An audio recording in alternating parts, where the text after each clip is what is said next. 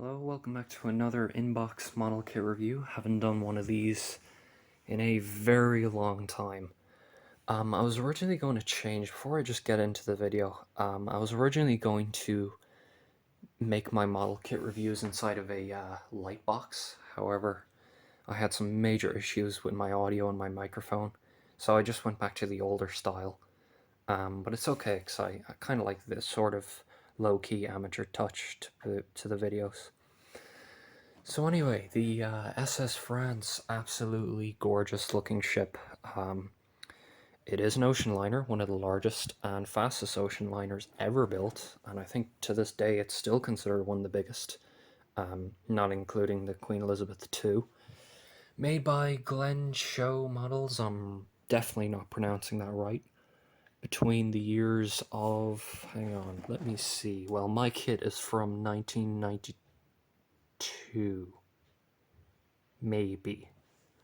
I don't know, because I did not do enough research on this kit before making this video. Don't ask why. I know more about the ship than the actual model kit itself.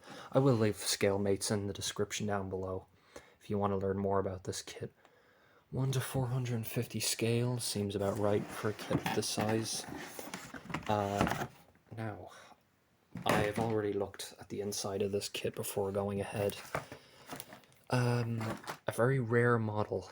In fact, I'm very excited to get building this, because I haven't seen many people talk about this kit now.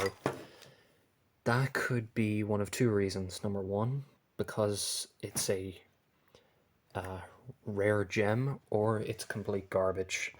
I'm hoping it's the first one, because Lord knows there are not very many ocean liner model kits. Now, my hands are pretty small, so I can't really give a good scale of reference. I'm going to guess maybe just under 2 feet in length. Gorgeous, gorgeous kit. I was expecting it to be bigger though, but I say with the added superstructure, it will look a lot better. Very nice molding, very rigid.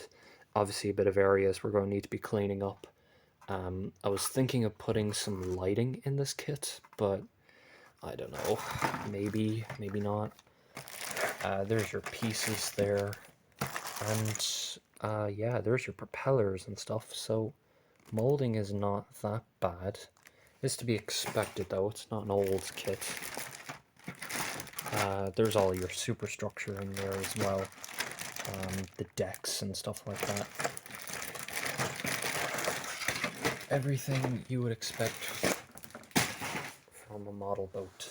There's the instructions, the paint scheme, the decals, which don't look silvered or yellowed either, which is great, although we won't know for certain until we add them onto the ship. I don't know when I'm going to start. That looks like... okay, I don't know if that's important, but well, we'll find out when we start building it. Overly simple instructions, which looks... they look fine. They don't need to be in that high of a detail. Maybe you can pause the video if you want to read those. Yeah, I paid about, I won at auction for about £90, and then £20 shipping, so not too, shipping, I'm sorry, not bad deal by any means, considering I was in a duel with like 10 people trying to win this auction, so I was very happy that I won it, because it's gorgeous, it really is. I'm actually thinking of putting it inside of a glass cabinet with my Lusitania kit and my other ships up there, which I might do inbox reviews. Yeah, take a look at that. Nice, nice simple designs, and then you have your key down here if you want to learn the different parts of the ship.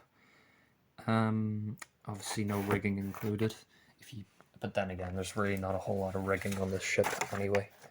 Maybe just here at the staffs and the aerial antenna.